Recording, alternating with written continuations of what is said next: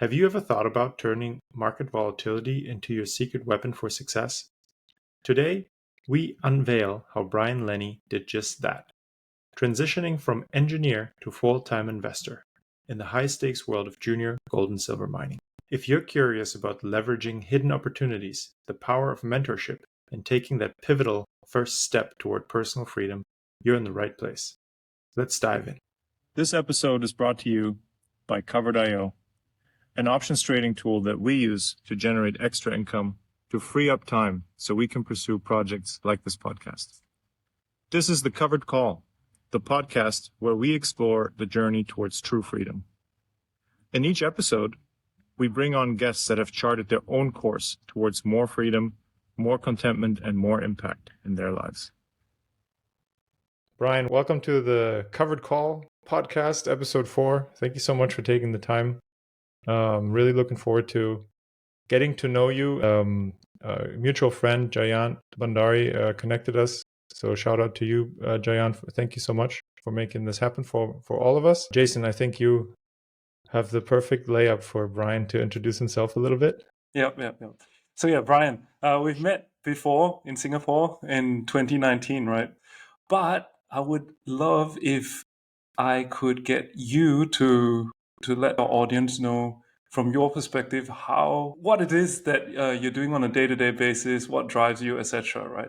If let's say I was to hypothetically drop you into a cocktail party of a close friend, right? And you meet people there that you don't yet know, how would you describe yourself? Like, who is Brian? It's a good question, and thanks for having me, guys. Actually, I've had trouble with that because when I say investor or I say I read a newsletter or publisher, people kind of gloss over and don't necessarily know what I'm talking about without me going into a lot more detail. So I guess, I'm an engineer by trade. I was very lucky back in 2016 to start this sort of adventure in investing full time. And I publish a newsletter about what I invest in. And for a lot of people, that sounds very foreign. It's not the usual thing that you hear. So usually there's a lot more questions that come up because I do find myself, one of the things that happened when I started this investing career is we moved from the area where I grew up. And so it was a brand new arena for me to play in terms of meeting new people. And so I've actually had this question quite a bit. And so very often, quite honestly, I just say I'm an engineer and kind of leave it at that unless they ask more questions. So, yeah. I think it's fair to say that you are walking your own path, right? And so whenever you don't conform perfectly to what people are used to or expect, then it's a little difficult to, it's like, well, how much do you want me to tell you? How much time you got? Exactly. And that's kind of like the social thing, because you can sort of, some people you see that they're genuinely interested in what I do and what I might be about. And then other people, it's completely like, okay, just make it quick. And I'm totally cool with either way. But it's been quite interesting because engineer people sort of get it right away. And the investor or newsletter writer is, completely foreign. Steel manufacturing was quite interesting out of school. I never thought I was going to get into that, to be quite honest. I knew I wanted to be an engineer. My dad was an electrician. And so he sort of exposed me to the technical world. And so I knew from early on that I wanted to go that route. And then mechanical engineering is what I did in school. And then I actually was in pharmaceuticals right out of university for about a year. And the path sort of changed and went to steel. And I never thought I was going to be there, just like I never thought I was going to be doing what I do today. So it's quite interesting to see, the roads that you take. So just out of curiosity, how did you end up as a mechanical engineer in pharmaceuticals? Is it like production engineering or what? Yeah, no, again, it's quite random. So I went to school in Ottawa in Canada, and I was looking for an internship, and I applied to a number of different, and it basically like how it ended up is the person who took me. Yeah. But it was the most interesting interview I've ever had. This guy, so we worked, it was pharmaceutical equipment that we worked on. And so I went into his like you call it a factory. It was basically an office, and then it had sort of a manufacturing floor. And there was 20 people who worked there. I had really no idea what I was getting into. They did high pressure, low flow homogenizers, basically for cell rupture. And there's this other system called liposafast, which broke up liposome chains into certain length chains to encapsulate medicine. It was quite interesting. So, but I went in there and he wanted to talk to me about art. He wanted to talk to me about Europe. He was German descent. He was German Iranian, which was like quite an amazing mix of a person, but highly detailed. And he wanted to know a bunch of stuff that had nothing to do with the job. And so I did the interview and I was like, I don't know, if I got it or not. And basically as we're walking out the door, he shook my hand. He's like, well, when can you start? And so I started and I did 4 months and then went back to school, and he wanted me to come back. And I did end up coming back. I guess the moral of the story, how it ended up, is that he wasn't the easiest guy to work for. And basically he would tell me my job was on the line every week I was there. And I just sort of got sick of it. And so again, I went on this, a year out of school, and I went on this mission to find a new job. Ended up moving out of Ottawa, moving back home to the greater Toronto area. And I got into steel manufacturing. And then I was there for 10 years. And that was, I'm telling you, like, out of all the experiences, it's quite amazing to have that practical experience. I think as an investor today, that practical view of things has really helped me. Like, I was a process engineer on the floor working on, machine improvement, process improvement. And then I took a so-called promotion into management, and it just was not, well, I should break it in half. The one part, I loved working with the other engineers. I loved working with the other management. What I didn't like doing was arguing with the union on a daily basis for X amount of hours. And I really ended up hating my job. And it was really what pushed me towards getting more freedom in what I did on a daily basis. And I was very lucky. I don't know if you guys know this about my story, but more or less what I did in 2013 is I sold my house. My wife was completely supportive of it. We had a good income coming in, though, from steel manufacturing. Like, I had taken that promotion, making pretty good money. I felt pretty supported, but we sold our house. I took 2/3 of the equity and I put it into what I thought were the best junior mining companies. And looking back, I can't believe how ignorant I was. But there's much to be said about this investing world. And, I don't think you necessarily have to have the most amount of knowledge about it to be successful. I do think I was lucky. But I think my ignorance almost helped me in how I deployed the money. I was courageous, and in retrospect, how courageous I was to do it. And then 2016, the market flipped. I don't know if you guys were a part of that market in 2016, but it made a big difference. My portfolio went up multiples. And I made the decision along with my wife. We had 2 small kids. Let's do something different completely. And let's, basically be in charge of our own life. So we moved, and I started my career as an investor full time. And so the rest is sort of history. That's really cool. So there's one thing that comes to mind, and I don't know if that played a role for you, but I think there's a guy on Twitter called Peter Brand, does lots of technical analysis, and he says, when you have a hunch, bet a bunch. Well, you know what? I can see that also work against people, though, too. No, it will work against you 9 times out of 10, right? Yeah. That's I think I was extremely lucky. Like, there's a certain people, I didn't even meet them. I think really the YouTube and the pace of technology has really helped people achieve freedom in many ways. And so guys that I never even met had a tremendous impact on me. The first guy was a guy named Doug Casey. I'm not sure if you guys are familiar with him, but he was introduced to me by my at the time was my future brother-in-law. And I remember we had just had dinner. We're sitting out on the back porch, and this is the first time I had met him and my wife's parents.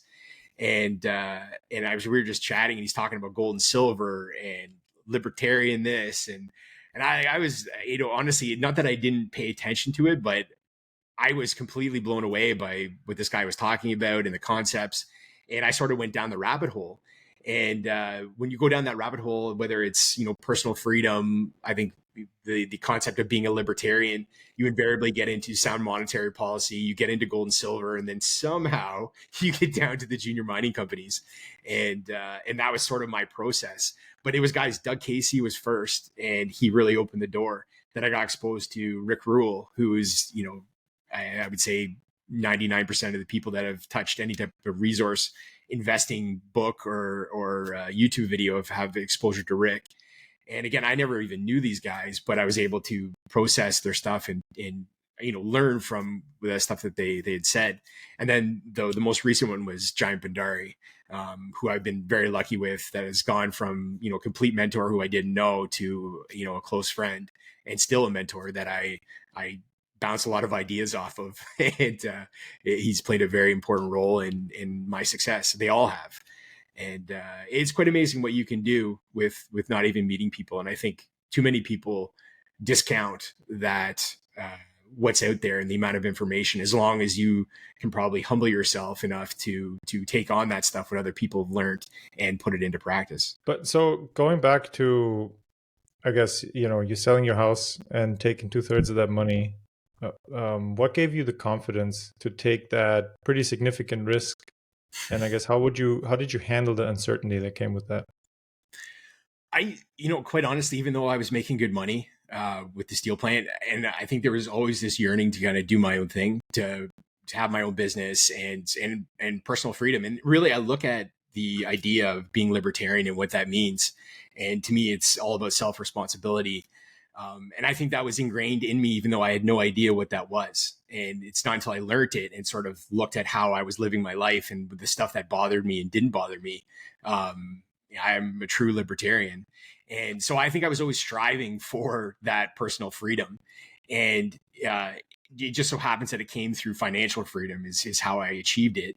And I think for most people, that's probably the easiest step to take towards you know, freeing yourself and not being, you know, drawn down by some of the other stuff in society or your job or everything else in life. So I would say it was deep in me that I wanted to make a change. And what I saw was that the junior mining stocks were my best opportunity to probably do it, considering what I knew at the time. Now, again, I preface that with, compared to what I know now, I basically knew nothing. And so I there is an element of luck there, but I did, like, looking back, I was so lucky. I picked the companies that I was invested in were like at the top of the heap, and it just worked out well. One was a discovery story, Reservoir Minerals, and so like those things sort of came in place. And I also think that the fact that I had a good job that was paying, you know, a pretty good salary each month, that I wasn't too concerned if I was wrong. I was like, you know what, I'll make the money back. Yeah. And still, like, again, the other side to that is the amount of money that I did make after that, selling my house and putting the money in the market. It's probably not as big as people think it would be.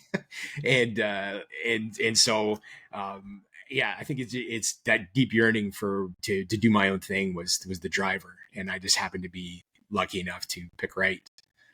Okay, so it sounds like there was both a push and a pull, right? Like there's that pulling from who you are internally, right? There's certain ideals you want to live by that's important to you.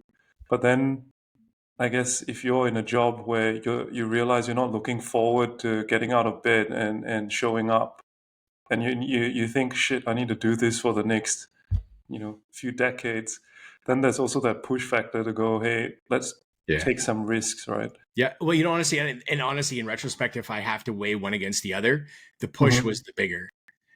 For me mentally, it was, if I didn't hate my job as much as I did, me, even if I would have made the money, maybe I wouldn't have left, because it still was daunting. Like, to go out on your own and be an investor, whatever that means. Like, it was, especially at the time, it was, I don't necessarily know how I'm going to do this.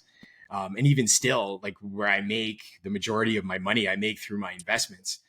The junior mining sector is completely cyclical, and it doesn't always necessarily work in your favor. And so depend on it for life is not easy, especially if you guys have participated the last couple of years. Like, it's been extremely hard, unless you're in some very isolated sectors and, again, picked right.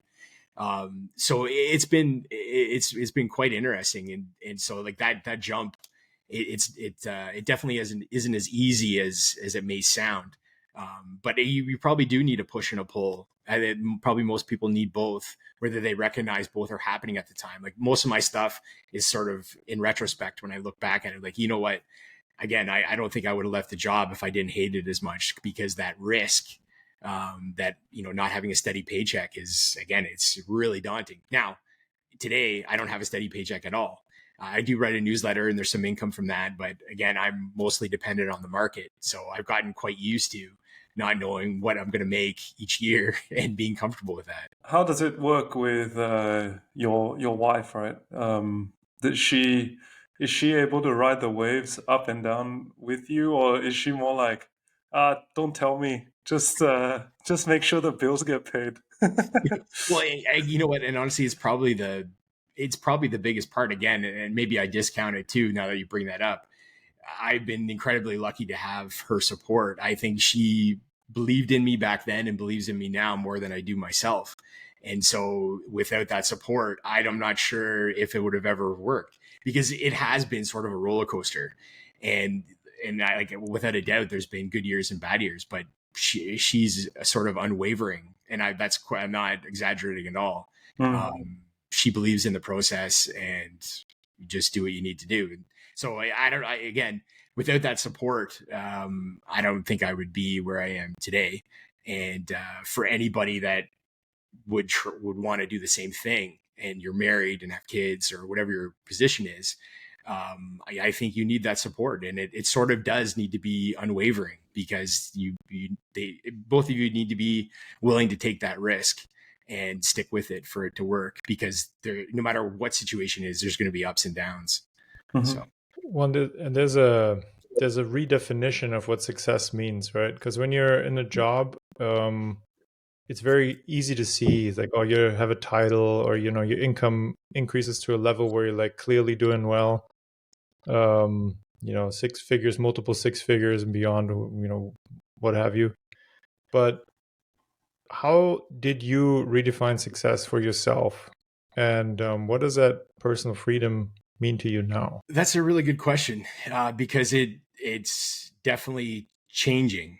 I think before it was the prototypical. It's like, how high in the company can I go up? How much money can I make versus everybody else? And I think, and then, like, even when I went out on myself, it's still sort of how you gauge success, and probably where you gain confidence and stuff like that.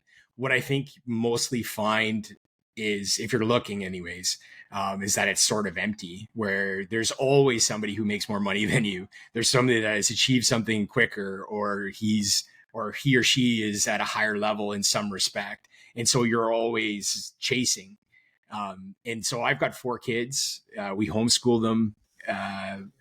I'm actively at least trying to separate that connection to the old way of valuing myself to a newer way that I think is more both attainable and better for your mental health, is to put it onto things you can control and stuff that I think in reality is what actually matters. The money gets you the financial freedom, but if you're not free in your head, and you're not doing stuff that builds on yourself, I think you're always still searching, and so that you can be free in terms of the handcuffs of a job or a 9 to 5. But if you're not mentally there, then what's the the use of that? And what was the second part of the question? It was just how, I guess, what personal freedom means to you now. So when you're kind of climbing the corporate ladder, it means something different than in your current status, I would assume. Yeah. And so, yeah, personal free, like, so that's in terms of like valuing success. That's how I value success. In terms of what personal freedom means to me now, is basically being able to do what I want to do when I want to do it. And, like, work on whatever I want, invest in whatever I want. Again, with my kids, is teach them the things that I think, because I know I can do a better job than the Canadian government. And teach them the things I think are going to propel them to have personal freedom, hopefully as soon as they leave the house. They're already there, and whatever they're choosing to do, they're successful at, and they pick the right people to share their life with. And those are the steps that I think I can do through homeschooling, and the stuff that I've learned. I'm sure it won't be perfect, but that's sort of the path that I'm trying to take. So that's where I would say, freedom is rooted in for me. And I think, I think more than ever, if you look at where governments and stuff are headed, it scares me more that they're coming after people's personal freedom in a number of different ways, whether it's through CBDCs, whether it's through, the loss of freedom of speech. These sorts of things, I think, go a long way to potentially affecting people's freedom. And I think a lot of people don't even realize it yet, which is sad. Yeah, it feels like. Sorry, go ahead, Jason. Yeah, sorry, Lovis. I just wanted to say, you mentioned just now about focusing on what you can control, right, on a day to day. So I really like that framework, right, to think about things in terms of, hey, what's in my hands and what's not, and then in that way you can kind of let go of a lot of that stress that comes with being in a vocation that where sometimes the payback isn't linear, right? You might have been working really hard and put a investment in a company that somehow it just didn't work, and with something else you got lucky and it worked 10x, right? Yeah. But so would you say you employ that framework consciously to really focus in on what you can control and then leave the rest up, like have faith that the rest will take care of itself? More so now. It's been learned for me. I think it might be what's learned for most people, a process where you go out on your own, and especially in the investing world, I think that you get sort of, and this is sort of maybe a negative way to spin it, but you get beaten down enough that, when you reprocess what happened, like when you make a bad decision, you take a loss, and I try to go back and see where I went wrong. I think you do that enough, and you have those losses, and you look at what's happening. And there's a lot of times where it's just part of the cycle. You didn't make a wrong decision. It's just, this is how the market sort of goes. It's just, especially depending on, and I'm talking junior mining very specifically here, depending on what segment of the market you like to play and how you like to play it. The cycle can be, your worst friend, and you have no control over that whatsoever. It's sort of what's happening in the world. The other thing is guys like Giant, who have mentored me, you sort of disconnect yourself from the metal price. It's so complex. Nobody can, with any consistency, can say where a metal price is going. All the best traders in the world play both sides of it. They hedge every bet they make. And so what does that tell you? The guys with the most information still hedge their bet. It means Joe Blow cannot make a proper decision when it comes to where metal prices are headed. Conversely, you can, I think, make a pretty educated bet on management teams and companies. And you can do some analysis. You can find that delta between price and value, and you can make an informed investment decision. But if you're not at the right part of the cycle, and this becomes part of how you deploy money, you can make the right decision and still not make any money, and in fact probably lose money. And the only thing that you picked wrong was your timing. And so you can't get too cute with your timing, but I think you can do things wrong at the wrong time of the cycle.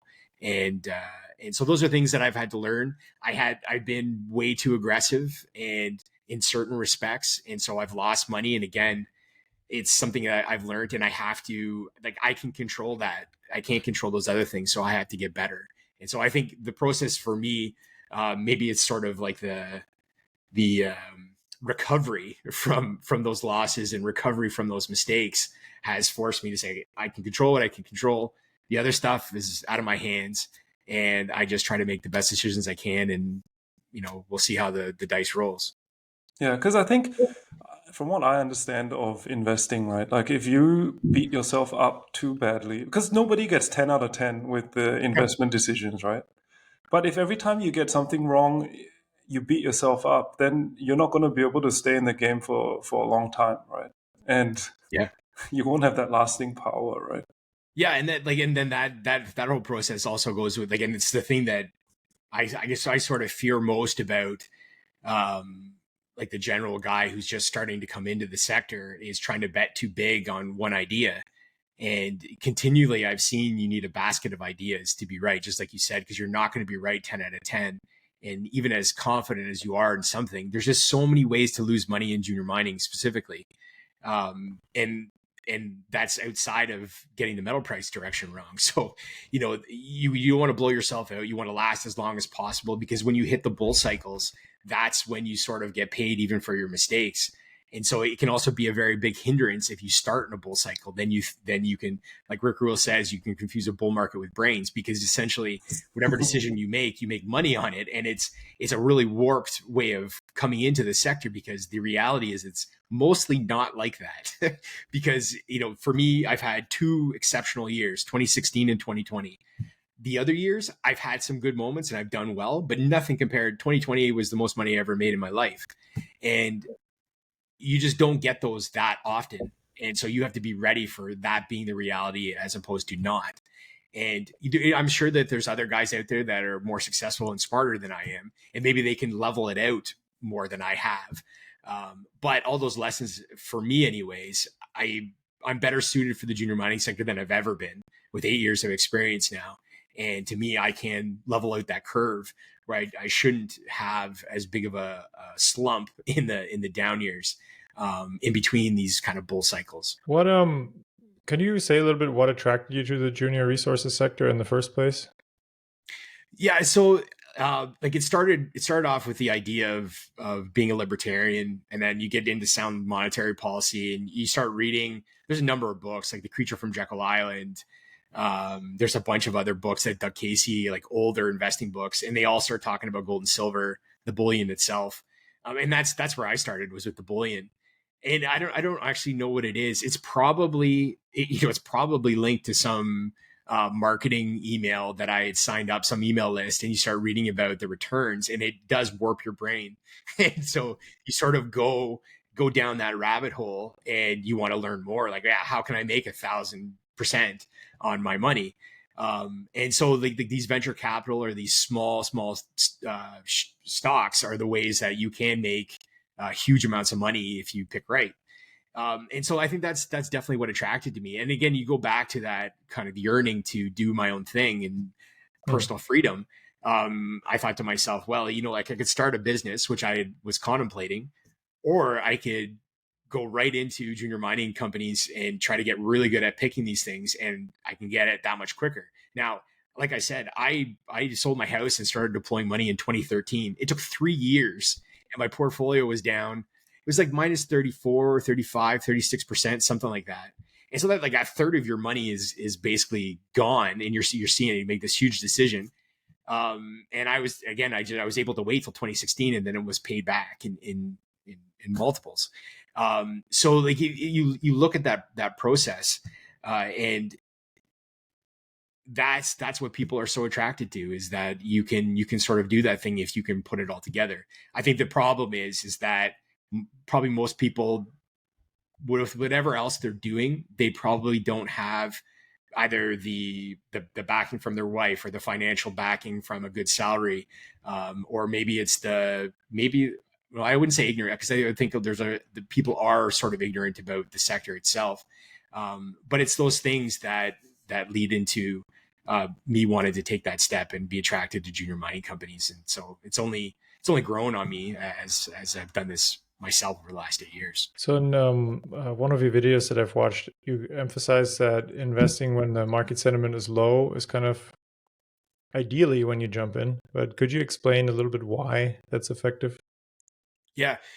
So in my view, investing in resources is all about basically being contrarian to a degree. So buying things when they're hated, when they're unloved. And that's when you're going to get the best delta on price to value. Price being the market cap or the share price of the company, and value being the calculated value that you put into the company. For me specifically, like, I like to, my sweet spot is with the developers. So companies with a resource, or a technical study that I can put my own numbers to, come up with a value to it, and of course measure that delta. 100%, the best time to buy these companies, again, is when they're hated, when the metal price is way off. Nobody cares. Nobody's talking about it. There's a few markets right now that I would say are sort of in that realm. You just never know, though, when these things are going to take off. So that's sort of the thing you have to play with. And I think a lot of things that people get wrong in terms of buying at the bottoms of cycles is that you're taking a long-term bet. So you have to make sure that your process in the company you're looking at has both the financial backing and the strength of a project that it's going to make it to the next bull cycle. And you have to psychologically say, hey, this might take 3-4 years to actually come to fruition. I think most people, they're so short-term oriented. If this thing doesn't work out in 3 or 4 months and maybe a bad news release or something happens in the market, gives them more doubt, and then they're out. And then like the shame of it is the cycle that I've seen, and I can almost see myself sometimes, you sort of miss something, the share price goes up, and then you want to try to grab it as it's going up. And then invariably you get that wrong. You buy it to the top and then it falls back down. So people are always looking for confidence from peers, from people they respect in the sector. And it's funny because I think most of them, they're looking for an opinion, but then they don't actually believe it until the share price is going up. So that's kind of their confirmation. Okay, he's right, or I'm right. And they end up buying again at a much higher valuation, more risk. And of course, yeah, like the lower you buy a company or the more delta you have between price and value, the more downside protection you have. And in the junior resource sector, this is what you need to be looking at to be able to survive. And I think ultimately make money. So it sounds like the people that get trapped are those that want to be contrarian but act like momentum chasers, right? Yeah. So they haven't figured out really what they are yet, and then they Totally. jump. Yeah. Okay. Well, and like that, and that is the big problem. It is super hard to be contrarian. I'm telling you, because everything tells you that I should not be doing this, or it's going to take so long. It's like people want to make money so quick, and I've made the same mistakes. I just told you that the thing that attracted me was the basically fast money and the making money quick so I could get out of my job. And that was the case. But I did have to be more patient with it because of my situation or whatever. So there were some things that helped me psychologically deal with it. But I think for most people, they want money and they want those profits now, and it hurts them because, like you said, they're more momentum traders than anything. And the problem is that even being a trader is a certain mentality in itself, where you like the traders that I know anyways aren't going for 100% profits. They're going for like 10, 20%, and then they're out, or even smaller deltas. And then they're out and they're on to the next idea. And so, people get lost into this sort of like mid ground where they don't even, and actually, and then this is another point, is not knowing who you are yourself and what your strengths are, what your weaknesses are. Knowing what you don't know is a big part of it, and what part of the sector you're going to put money in, because until you know yourself and where you actually should be on that spectrum, you're always going to be floating back and forth, and then you make mistakes because you're never in one thing for very long. And that's something for me I've had to work on. But I think maybe that's one reason why I've been more successful, is because I knew earlier on where I needed to be. And I've sort of been working towards perfecting that, or perfecting as close as my process will ever get. And again, like I said, like I'm in those developers, something with a resource that I can put numbers to and a value to, and gauge its value against its price and the other companies in the sector. And so I think people that that want to do the same thing, they start with themselves and then come up with an idea of how they're going to play the market. If they're going to be a trader, then be a trader. If you're going to be an investor, you're going to have longer timelines. And I'll never forget, actually it was in Singapore. Giant and I were walking where that big hotel is. I forget what the hotel is called. And we're that lake or inlet, whatever that is. And we're walking around the bridge, and he said, right, the Marina Bay Financial Center, that area, right?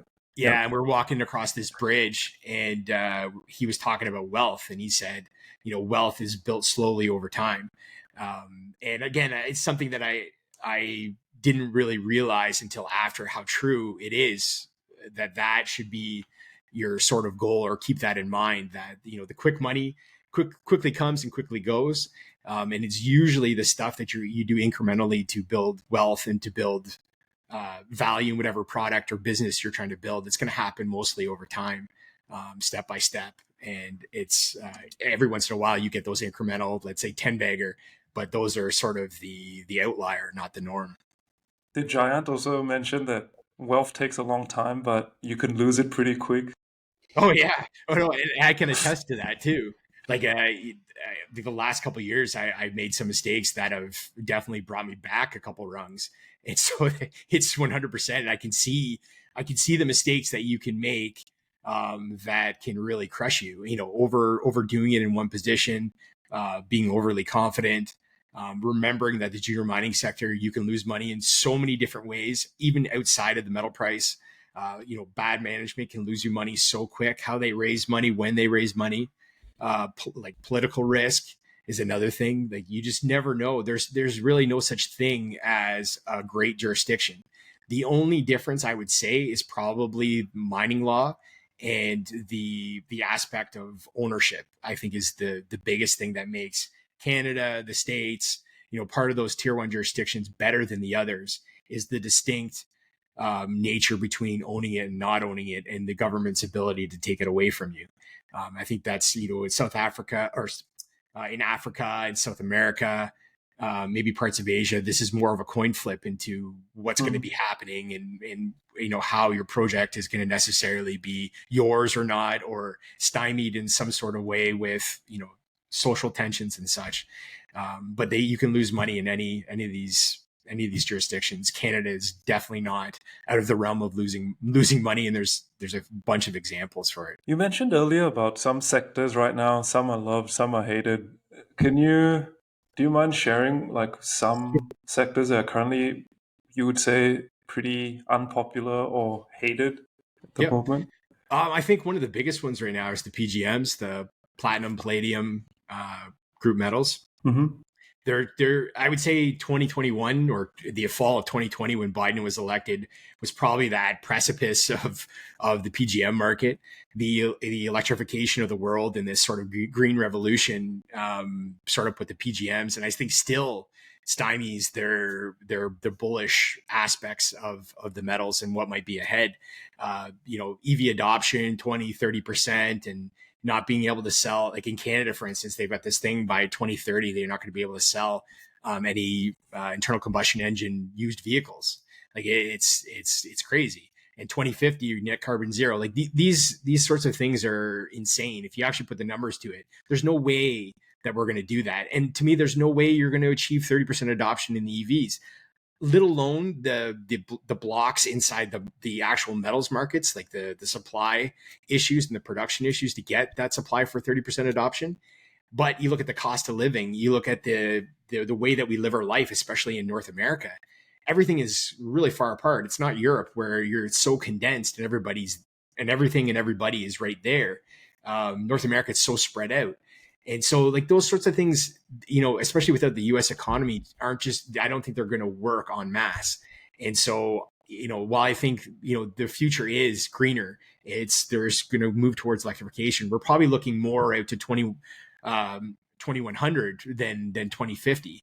And so when you change that, you see how the importance of PGMs are going to be. They're used in catalytic converters. They keep the harmful metals out of the exhaust. And then, whether that's Canada, the States, but I would say even more in emerging markets that have no infrastructure really whatsoever, or very little, there's no way they're going to be putting in EVs or buying EVs. They're going to buy motorcycles. They're going to buy small, cheap cars. And the PGM price can go up to 2,500 again, or palladium can go up to 2,500 again. And it makes almost no difference to the underlying cost of the car because it's so little. But in the whole sense of the platinum and palladium market, a doubling of the price is a big deal. I think the other side with platinum and palladium, so the big overarching thing to get by is the fact that the world is getting greener and move away from internal combustion. So you've got the idea of cost being a hindrance. But then I also think, again, in North America, you've got the way that we live our life being, part of the problem with the huge EV adoption. And so, you got those points. Russia and South Africa are also they make about 80% of the production for PGMs right now. With all the things going on in the world, it wouldn't surprise me if there was interruption in supply in some regard. And so, again, those are points that I would say support PGMs possibly coming back to their prior levels. And the fact that a lot of the development projects, especially in the developed world, need a doubling of the platinum palladium prices just to be economic, let alone usually you need a premium on whatever that economic value is. So if it's $2,500 for palladium, you probably need $2,700 or $2,800 palladium for that to become a possible development story. So you're looking at much higher prices to bring anything else in development. So if you deplete what you already have, what's coming down the pipeline. And so again, this might be 3, 4, 5 years out, but there's opportunity there. I would say the other one would be nickel. Nickel, I think, is really interesting. The Indonesian production across the spectrum of nickel products has decimated the nickel price that was well over $10 per pound. And now today, I think it's under 8. And the equities have dropped sort of in conjunction with that. But I think the big difference here is the idea between clean and dirty nickel. And the Indonesian nickel is a laterite nickel. The way that you process that and refine it, it's got a much higher carbon footprint. I think that does matter for a lot of big corporations. And if you look at the West, the political ideology does not support that sort of realm of production in terms of implementing EVs and a greener future. So I think what you're going to see, and we're already seeing it with the Japanese, certain other companies, the Finns are also putting investments into cleaner nickel projects. And so I think while the price is probably going to be impacted by Indonesian production, well into the future, I still think you're going to see projects that are hovering. Let's say they need $9 nickel to be economic. I think these guys are going to sign deals for premiums on that $9, and people are going to buy it, or corporations and politicians are going to buy it because it's coming from a cleaner, known source that they can track and they can promote as part of their virtue signaling, or however you want to put it. And so that, I think, is going to be a proponent in the future, and why nickel is really interesting, because it does play such a big role. Not only like the EVs is sort of the icing on the cake. Stainless steel makes up 2/3 of the nickel demand worldwide. So it's very much a stainless steel story. And I can tell you, like, I was in steel manufacturing before I became an investor, especially when I became a manager. You saw what companies were demanding in terms of, let's say, I was mostly dealing with the states, like the southern states, for infrastructure. All the grades of steel that they were looking for were creeping up on basically asking for stainless steel rebar. And we could provide them with certain products that were epoxy coated, and we could put different elements, alloy elements to up the strength and get them, beyond 50 years lifespan. But really, they were creeping towards stainless steel. And then you look at the other aspects of our life, whether it's in kitchens or anything for longer lifespan or for antibacterial purposes, stainless steel is a huge part. So I think nickel is going to have demand. Again, when it happens, I have no idea. But the nickel companies, especially some pretty good ones out there, are selling well below what they should be in respect to their value. So it's opportunity for those with patience. So yeah, thanks for that. You mentioned earlier about as an investor, you're looking for that delta between price and value, right? And the bigger that delta, the more attractive something is, or unattractive it is, right? Yep. So hearing what you were saying about the PGMs and Biden and the whole narrative around net zero, it sounds like there's also a delta to be had between narrative and reality, right? 100%.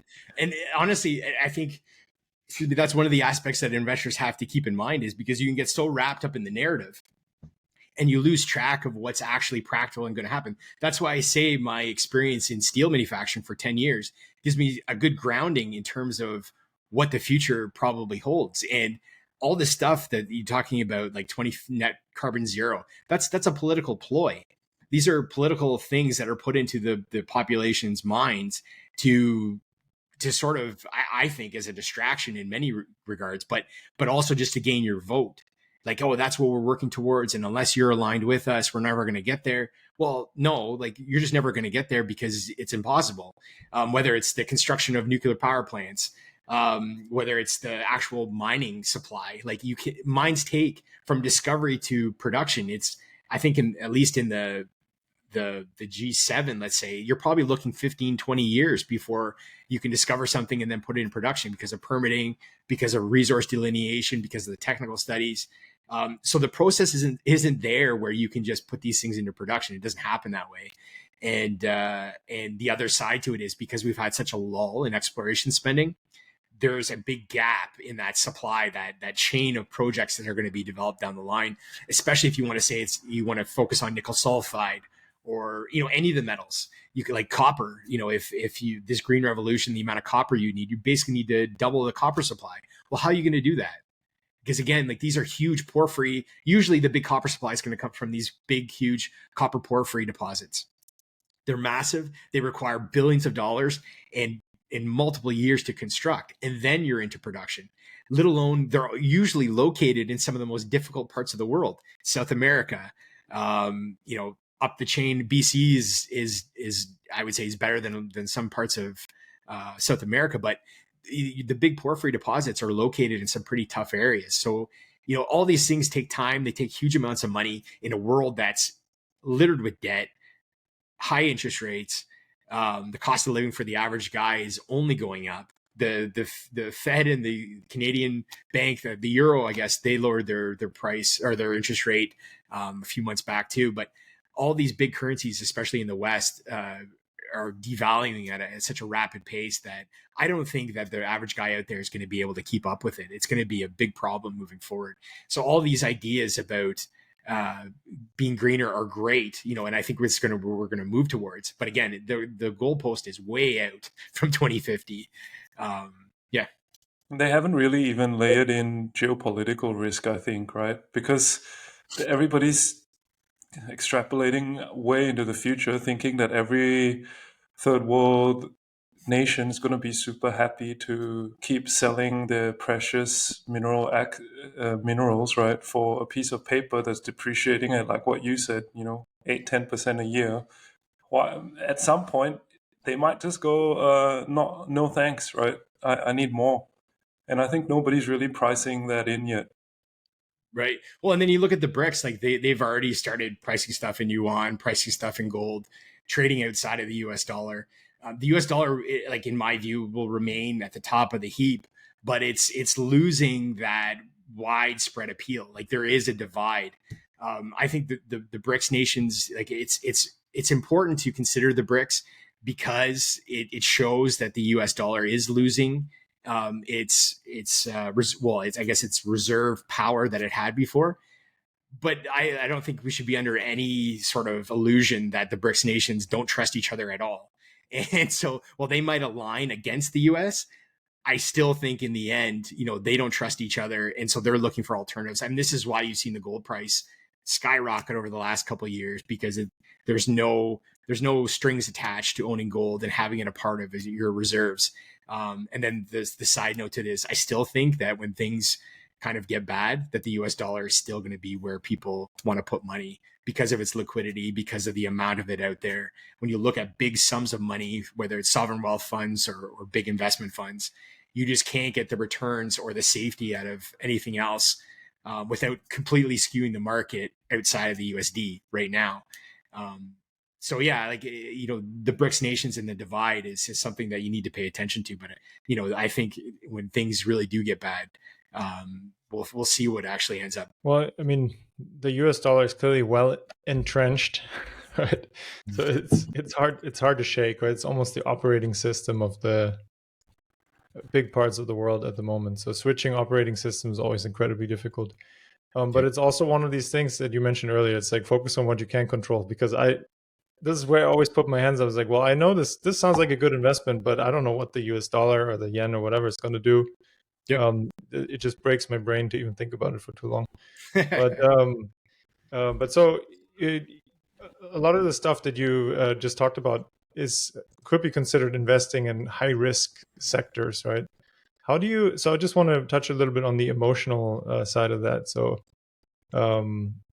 dealing with volatility can be quite emotional and taxing. How do you manage stress and maintain a healthy mindset? Yeah, that's a good question. And I think it's something that I'm constantly trying to work on. For me, like I try to keep a balance in my life where I definitely work hard, and I've got longer hours than I did when I was in steel manufacturing, but I balance it out. Like I play hockey once a week. I lift weights. I try to do things physical for me personally, that helps me sort of get rid of the stress or anything that I'm carrying. The other side to it is, I think, again, you just end up expecting volatility instead of being surprised by it. And the other side is using volatility as your friend. So if you know you want to, like, when share prices go down, if you find a good company and the share price goes down, it's an opportunity to buy. It's not, unless that share price going down is associated with bad news in some sort. Prices going down is a sale, and that you need to take advantage of it. So in fact, volatility is your friend. The other side to it is, if you want to be, and it's sort of what I am to a certain extent, an investor / trader, you can use volatility. Like, again, you find a good company, it starts trading, it ramps up 30% on no news. It's probably time to take some money off the table, because that thing's going to come right back down. And I honestly, probably 8 or 9 times out of 10, that's what happens. And so you cut some money, falls back down, you buy, you just put that money right back in, and you made the delta off that. So I think once you start using volatility as your friend, and you sort of look at downturns as opportunities and not something to be necessarily fearful of, as long as the reason why it's going down isn't associated with something bad about the company, those are opportunities. So switching your mindset is a big part of that. And it doesn't come naturally, because most people, when it comes to investments, don't like to see share prices go down or their position to go down. And the other side would be is buying positions in tranches, instead of, if you have $10,000 and you want to put it into a company, maybe put it in 3 tranches of $3,300. And that way you basically dollar cost average yourself in there. So if there is volatility in the market, that you can play it and possibly dollar cost average it to a lower value, rather than putting it all in at 10 cents or whatever it's selling at. Yeah, I mean, that's a great way. So you improve your own resilience, basically, right? You retain some capital to buy more later. And if something catastrophic happens, at least you have some firepower left, right? To make it all back, as they say. That's right. Yeah, that's definitely good advice. So basically, I think you're touching on, like, you have to be patient, right? So once you identify a good opportunity, you have to be very patient with how let it unfold. How do you cultivate patience? Do you have any tips? I think some people just have it innately in them. The other side, again, I think this, as an investor, I think it's sort of been beaten into me, where the market's just going to do what it's going to do. So the only thing you can control is picking a good company and making sure that those steps are in place to get market or value recognition from the market. Again, these things, like, I can look at multiple positions where I did very well. The Q2 this year was excellent for me. I made back some of that money I'd lost in the prior couple of years. But the ideas that I made the money off were, a year and a half and 2 years in the making. And I was able to, I picked the right companies and was able to hold. Now, that, I think that mentality came from basically, trying so many other things in the years prior, where I know it just doesn't work. And so that the patience has sort of been beaten into me. But I know people that it's just innate to them, where they can make a decision and sort of sit there, and they didn't need to be slapped around by the market to get on the right track. And I think with most investors, it's like, the more time you're in this, the easier it's going to be to implement some of these things. And I just say easier because I don't think, for me anyways, like, I haven't perfected this at all. I'm still susceptible to the same things that everybody else is, but I do have a good grounding in what I've experienced and sort of what I know. And so I'm less susceptible to giving into those, the quick buys and quick sells off emotion, which I think can get a lot of people into trouble. For sure, yeah. And you've cited and credited several of your mentors earlier, and it's pretty clear to see that they had an impact on your journey. How would you say mentors influenced your approach to investing, but also, is it for your investing or is it for your personal development, or both? Like, how do you think about that? It's definitely both. Definitely both. Like I said, like it for me personally, it started with the idea of what a libertarian was and how that sort of proliferates into every aspect of your life. And if you are libertarian, it's quite amazing how it sets you up, just how you act normally with people, and the value system that you have, moving forward in that regard. In terms of investing, it's 100%, their influence that has put me on the path that I'm on. And my experiences only reinforce what they taught.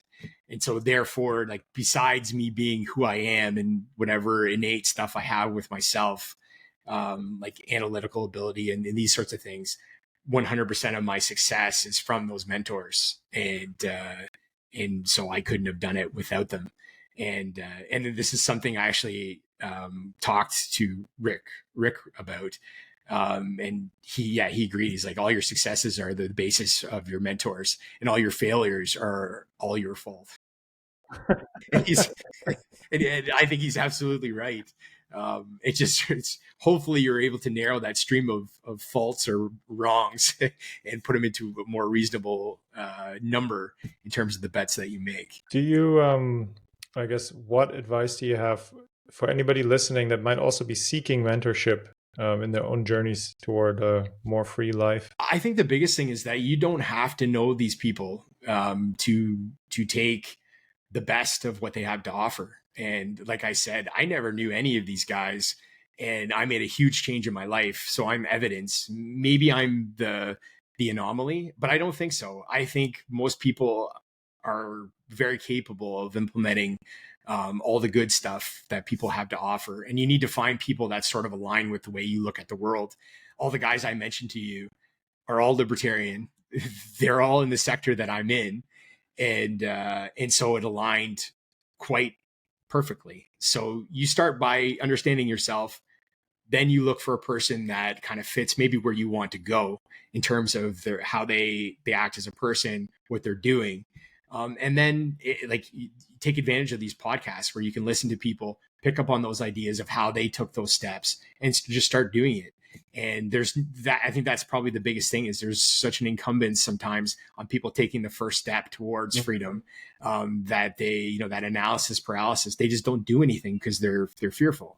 And I think you just make the first step and you start experiencing things and you're learning your lessons and you're able to compare it to what other people are telling you.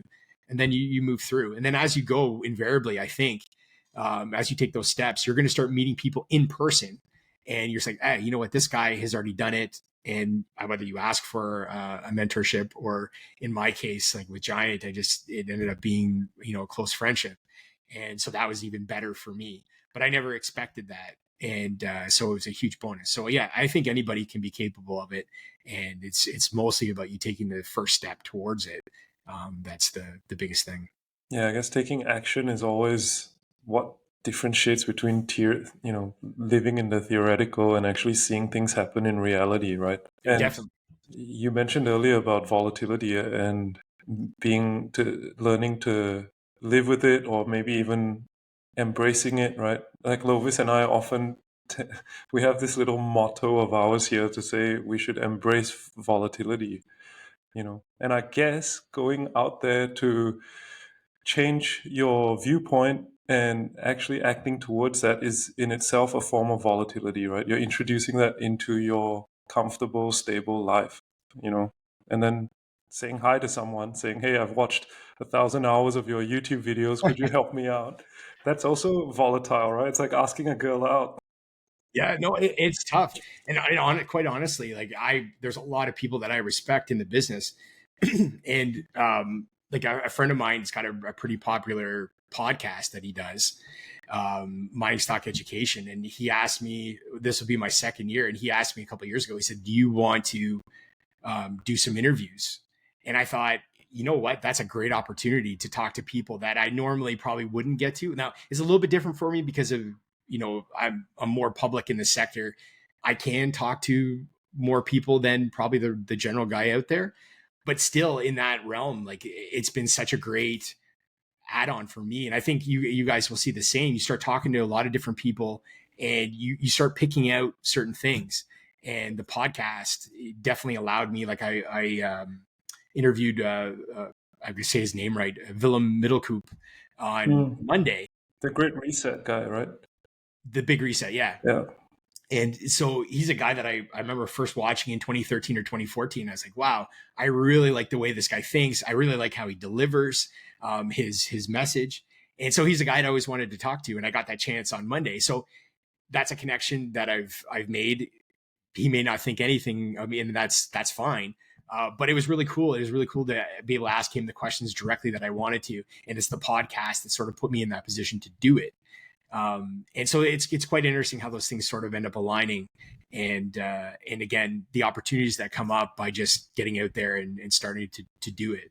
And I think you guys are going to go along that same path where this will be a huge outlet for you guys to explore new ideas, throw them at people that have maybe already done it, and see how it compares to what you think or how it should be done. Yeah, hopefully, fingers crossed. I'm not looking at the list right now, Jason, but I think Willem is on our aspirational list. So maybe one day we also get to sit down with him. Yeah, I would love to. Have a chat. Yeah. But yeah, that's super cool. Thank you for sharing that story, because it is. I think people often don't know how to get started, right? But actually, nowadays with YouTube, it's incredibly easy to get influenced by worthy ideas. Let's say, of course, there's also a lot of trash. Yeah, for sure. But you know what? It's. I think there's some people are better predisposed to sort of sort that out. Okay. But honestly, you have no idea until you start doing it. And that's why I say, like, I look back at where I am today, like 8 years into this investing career, when I'm doing it on my own and investing my own money, I can sort out very quickly who to listen to and who not to. And what guy is just trying to sell you something, and what when you're actually hearing something that you should be listening to. So, again, you just need to start. That's the main thing. And then if you're going to take any sort of bet, or you're going to put yourself in any position, just make sure it can't blow you out if you're wrong, or if that person you're listening to did give you bad advice, or however you want to. It's not necessarily advice, but listening to somebody and trying to implement it. So don't blow yourself out when you're trying to learn this stuff, because part of it is just being able to last. And if you can last, and then you can hit a bold portion of the cycle, whatever market you're playing, man, it makes such a difference. But especially in junior mining, when you hit that bull cycle, it's unlike anything I've ever experienced. Any broad strokes or broad advice you have when you say you're listening to people? You need to make sure you don't, or you said you can start to filter them better nowadays, right? Anything you can share with our audience?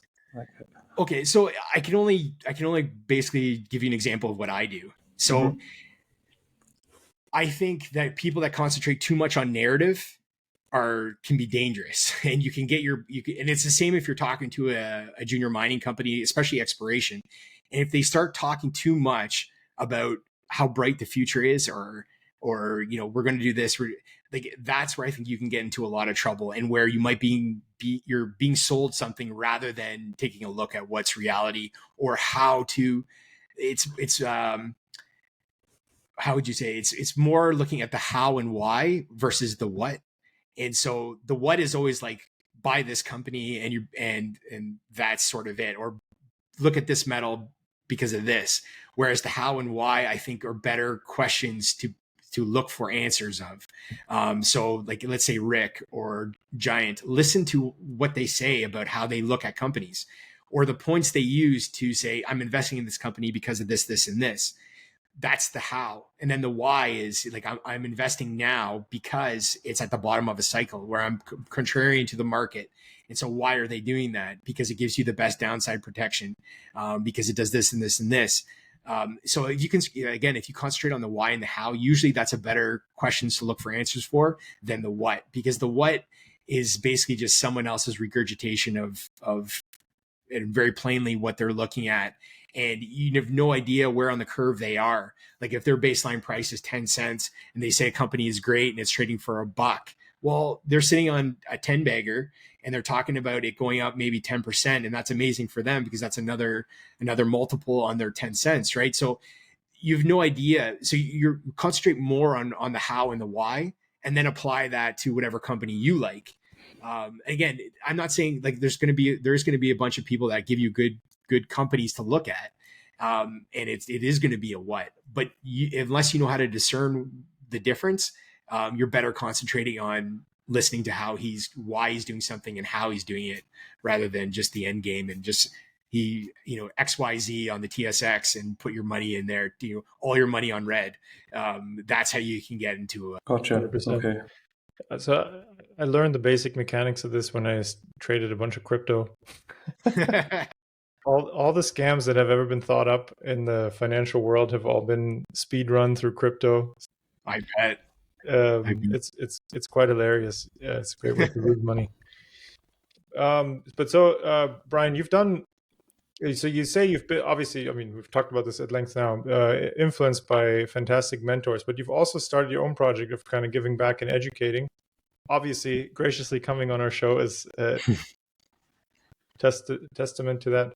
But so taking a look at your Field Notes YouTube channel, what it kind of inspired you to start that, or what motivated you to create this video series, and how do you hope it will impact others?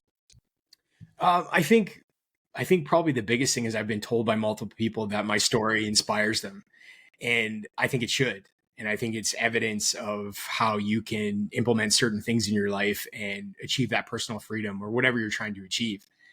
The biggest part, it doesn't have to necessarily be with junior mining stocks, but is sort of what we're talking about, is taking the first step or taking some risk in your life to achieve what you want to achieve. Because anything valuable that I've ever achieved, let's say on the financial side, has come with some certain amount of risk. And I don't think you can achieve anything like that without taking risk on. And so it's super hard to do, but again, use my story as inspiration towards it can actually be done. And there's probably way more examples than people just aren't vocal about it. But so that's one aspect to it. The other aspect to it is that most general retail investors can't make it to the sites of the projects of the companies that they're invested in. And so my experience, site visits has taken me all around the world, and I'm headed to Japan next week. I want to take investors to the companies that I'm invested in. I think that I pick good companies. I've got a track or like a track record of picking good companies that have made money, and baseline or just, good speculations to have in the market. So taking people to site with me, producing a high quality video and telling that story, I think was another thing I wanted to bring to the market and show not only what I'm investing in, but also show like these projects and what you look for, the topography, the people that are surrounding it, introductions to the management teams. It's unlike anything else. When you go spend, especially in the more remote places, when you go spend a few days with management, one-on-one or within a group, but in a far off setting, it's amazing what you can learn about those people. And in the junior resource sector, you are essentially investing in those people and their ability to execute, their ability to gain market recognition for what they're doing. And so they need to be able to sell their project. They need the technical ability or the ability to pick the right technical people. And so Field Notes sort of encompasses all that. And that's what we're working towards with that video series. Well, so really well done, man. Super well done. I've been watching a few. It's just really, really well done. Yeah. Thank you. Yeah, you clearly spent some money on the production quality, and it really shows. So yeah, and video work, and that's probably the biggest, if there's a stumbling block. Now, I wanted to start it in a bear market because as we were talking about, that's the best time to buy any of these companies. Yet, one of the things, and I'll fully disclose it, especially with the companies that I'm invested in, I want them to pay for the production of the video. And to me, that's just the right way to do it. I'm still taking my time and whatever to do it, but I would like them to pay for it.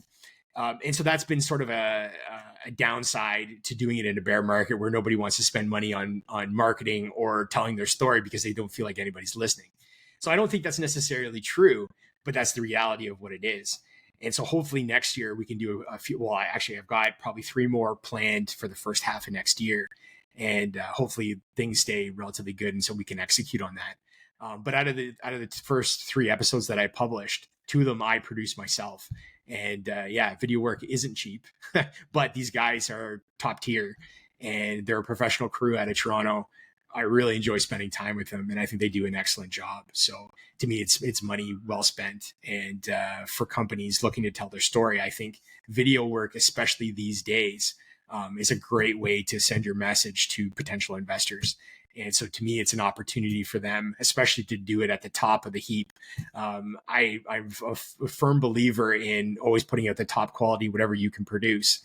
And that's the reality of doing any type of good video work. Can you share a success story that's come out of your effort to start this channel? Has anybody reached out of note, or any other good story? I think the biggest thing that I continually get hit with is that my story resonates with them and has inspired them. And that's what brings me the most satisfaction. And as actually was just yesterday, and actually he's a former subscriber, and he just wrote me a note saying how much I helped him sort of help his process. And he told me about the money that he's made in the first half of the year. And that's about the best thing that I can hear from other investors, is that I somehow helped them or influenced the way they deploy money into the sector, and learned from my own mistakes. And so, yeah, those are the best, or what I would call success stories, is that whatever the stuff that I'm telling, like what we're talking about, is actually being absorbed by people. So yeah, help shorten someone's learning curve is always amazing, right? Definitely. So speaking of which, you got any tips for us for growing on YouTube? You know what? Just don't stop. I think that most people, maybe they don't get the number of views that they think they should or want. And just my experience is that these things aren't built overnight, and that you need to, again, produce the highest quality content you can and just keep on going, and it'll gain traction itself, and just give it time. And that's the biggest thing I would say. And then the other side is get the people that you interview to help promote, which I will. And I think that helps, grab more eyes for you guys, because you're doing a great job. Awesome. Thank you. Yeah, not giving up, right? Just like similar as what you described in your investing, always having another go at it and not getting discouraged, not blowing all your capital. Same idea, right? Keep some of that motivation in the tank for the next video and the next one and the next one. That's right. Yeah, and then just try to keep going, getting better, right? Like learn from any mistakes that you make, and then put that into the future. 100%. Yeah. So Jason kept having issues with his home Wi-Fi. So this time he's in Belgrade because they have amazing Wi-Fi. Nice. Yeah, no joke. Before this episode started, we did a test on the internet speed, and it's literally 50 to 100 times faster than what I get at home in Germany, which drives me crazy, right? Very sad. I wouldn't have guessed that. Yeah. So Germany is nice, but technologically we're behind the curveball, unfortunately. Wow, it's definitely not the perception I think of most people, outsiders, have of Germany. I know we as Germans are, well, we're not very good at marketing per se, but we're good at marketing the German image. Let's just say that. How important do you think is community in your journey towards freedom? I think it's a big part of it. Finding like-minded people is a huge aspect of life, and I think having fun and learning more is by being around people that you share some of those baseline fundamentals with.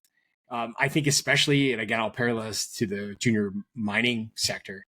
I don't think you can be as successful as if you don't have a good network of people. And you have to go to conferences, you have to meet people. You don't have to meet the media personalities or anything like that, where that might be a plus, but just going there and meeting other investors that are trying to do the same thing that you're doing. And again, talking to them, learning from their mistakes, passing ideas to each other. I think it's an absolute must if you're going to be an investor in this sector. Too many people just want to, and in all fairness, some people can't go to the conferences and start that kind of thing. But I do think it's a hindrance to your overall success if you can't start to form that network. Because I just see how important it has been for me, not only through like mentorship, but just other friendships of people with information distribution. And again, throwing ideas off of people who are trying to do or doing the same thing I am is very meaningful for me. And I can see how it can help people. So it's a good question. It's something that I think everybody should pursue, is expansion of the people they know and whatever they're doing. Is there any specific organizations or groups that you would recommend people join? I mean, you've cited libertarian ideology as one, but I mean, junior investing, is there anything that comes to mind, or is it just generally being out there and going to events? Well, like on the libertarian side, Giant has a great conference, and I would say there's a community attached to it with capitalism and morality. If you're at all interested in libertarianism and what that means, and the people that are sort of involved in that, I would say that's a great place to start. Will you be going to his next one? Yeah, and hopefully I'll be speaking. I'll have a little bit of a speech to do too. So I'm really looking forward to that. And then on the investing side, I don't think there's necessarily something that a group or anything you need to join, even though if you start going down that path, I'm sure there is stuff. To me, it's just going to the conferences, meeting the companies in person. Invariably, you're going to strike up conversations with people that are standing next to you in line to talk to somebody, or sitting in an auditorium to listen to a speech, and then going out for dinner or going out for lunch or having a coffee. That's where you start. And I think that's going to be the biggest difference. And then the other things, like, I'll just speak for myself. If anybody ever wanted to talk to me at a conference, just grab me. I'm very approachable and willing to talk to whoever.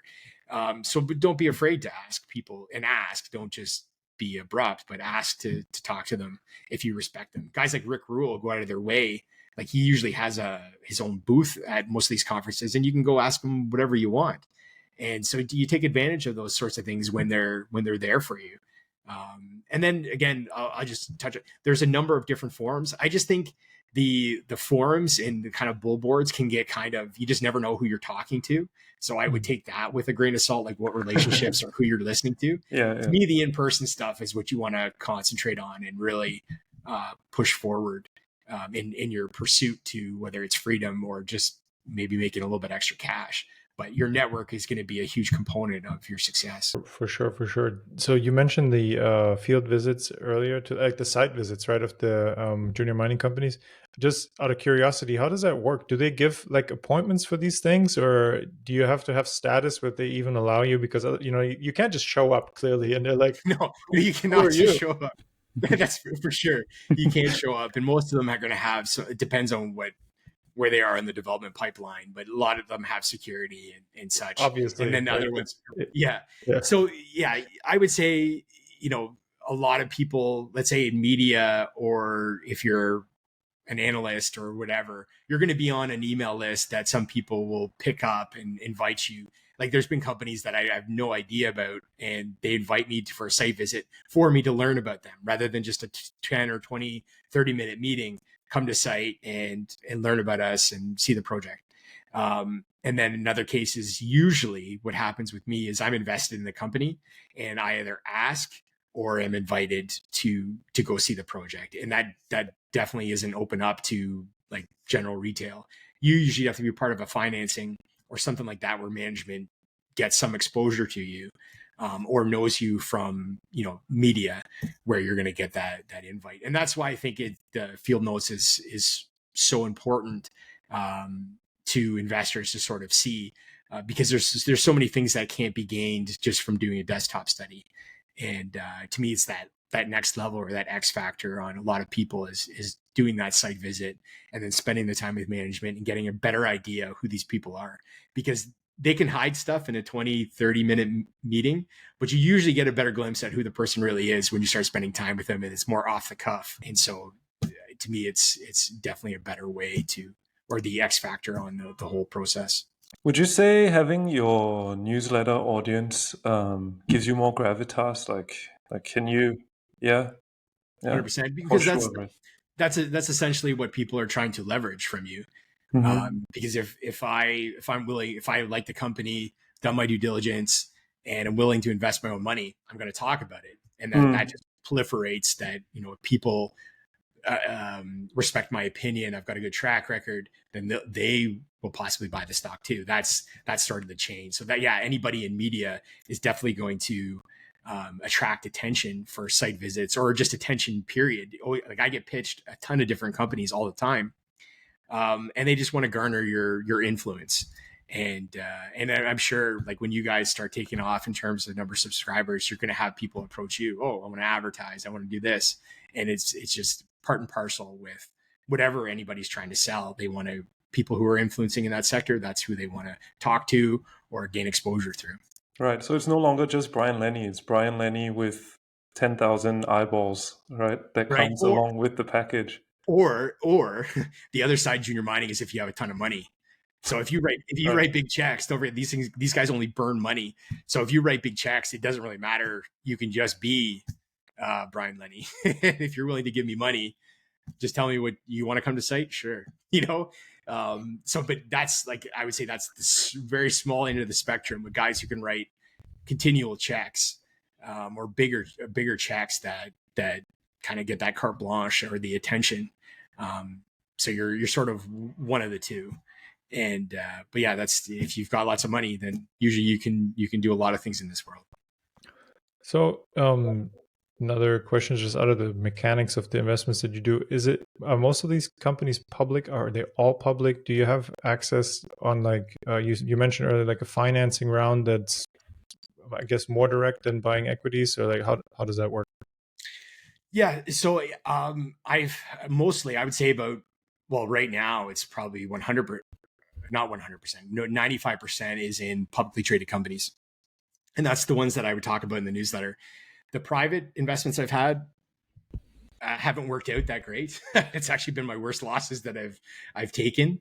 And really, because you have no recourse, these guys, when it's private investments, there's no way for me to really liquidate my stock or do anything. You're at the mercy of the management team. And unfortunately, that's a hard lesson I had to learn about investing in private companies.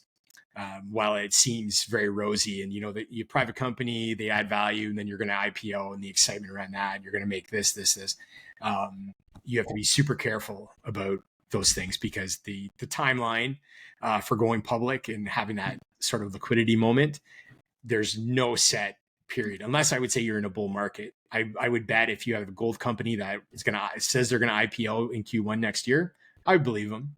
But I had a ton of private companies that have approached me, and let's say 2 years ago, and unfortunately I had to learn the hard way. But I knew if this bad market continues, there's no way they're going to IPO into a bad market. So you would be sitting on that money for 3 years, and they might destroy the company in the meantime. In terms of the private placements, the reason why you put money into private placement is probably 2 reasons. First, if you want to buy a large position, usually private placements would be the best way to do it without moving the market, right? So a lot of these juniors have pretty poor liquidity. And so if you want to take a $100,000 position in a $10 million market cap company, if you don't want to move the share price up 50, 100% on a $100,000 buy, the only way you can really do that is by doing a financing. So you put it in one chunk at a set price. The other side is the reason why you'd want to do a private placement is for the attachment of a warrant. Now, I caution investors or anybody who puts too much emphasis on the warrant. The vast majority of warrants that I've ever, over my 8 years of doing this, the vast majority of them never get exercised. Because like I said, you get these bull portions of the cycle where stuff really moves. And that's usually when you're going to be able to exercise those warrants. And it doesn't always happen that way. And then partly that could be, I could made some bad decisions myself in some of the placements I went in, and maybe that's why I didn't exercise those warrants. But that would be the other thing. And a warrant is the ability to buy a price or buy a share at a set price in the future. So it'd be like a 2-year warrant. If the stock is at 10 cents, let's say the warrant could be at 15, 16, 17, whatever, and you have 2 years to exercise the ability to buy that. So if the stock went to 30 cents, you could still buy it at 15 cents. And then of course you can make that double when you get it put into your brokerage account. So those are the reasons why you'd buy a private placement, and you have to be accredited in Canada to be able to participate in a private placement. Cool. Thank you so much for breaking that down. There's clearly a lot to know that I have no idea about. And honestly, like I've been doing this 8 years, and the learning process never stops. Like it's just constant. I would just say that, of course, the more knowledge and experience that you gain, your advantage is so much higher on the rest of the market. And so, yeah, like I personally, I've never been in a better position than I am today to make money in this very niche sector of the stock market. That's awesome. So reeling it back a little bit from the investing side, and the junior mining specifically, advice for people that are aspiring freedom seekers, what would you say to somebody who feels stuck in their current career or their life's trajectory and maybe has fear about taking the leap? Could you recommend some steps for them how they could start moving forward? I think a lot of it is probably rooted first in your own head, into the stuff that you value and how you, I guess, see your life progressing on a positive front. I think if you change your goalposts in terms of what you're looking for, I think you can gain some solace in your outlook. Then I would say, for a lot of people, I guess it depends on that job, if it's just a job or if it's an actual career, or how stuck are you in that rut. Can you make a short-term change? It was something that would be, maybe you make a little bit less money, but you'd be happier with, and then, work towards some goal, towards something that's, your own business or something along those lines. I think so many people are not only just to step out themselves from going from a career or job to entrepreneurship is the big step, but sometimes just moving from job to job can give people, I think, too much trepidation. And so, taking that step to maybe do something that's going to help quiet your mind in the short term, keep money coming in until you can make that change. And like I said, like, I used that motivation, that push pull was what I needed to make the change. And so while it was terrible in especially the last 2 years I held that position, if it didn't get progressively worse, I don't think I would have made the change. So sometimes being stuck in that position, use that as motivation to get yourself out of it in whatever regard. But all in all, it's going to start with you and how you sort of set yourself up, what your goals are, how you attain confidence in yourself, and that usually is the best place to start, and then everything else sort of goes along with it. Yeah, I've actually used that technique. I've purposely put myself in a job which I realized pretty quickly wasn't as great as I thought, but I stuck with it until I found something that was like substantially better and different, rather than just switching to another yet dissatisfying job. Because the motivation that you get from that pain, from it's not pain that you're like literally in pain, but it's enough that you're like, oh man, what am I doing with my life? But that really is the push to maybe get up an hour earlier or work an hour longer to figure out the next thing. For me, it was definitely helpful to do that.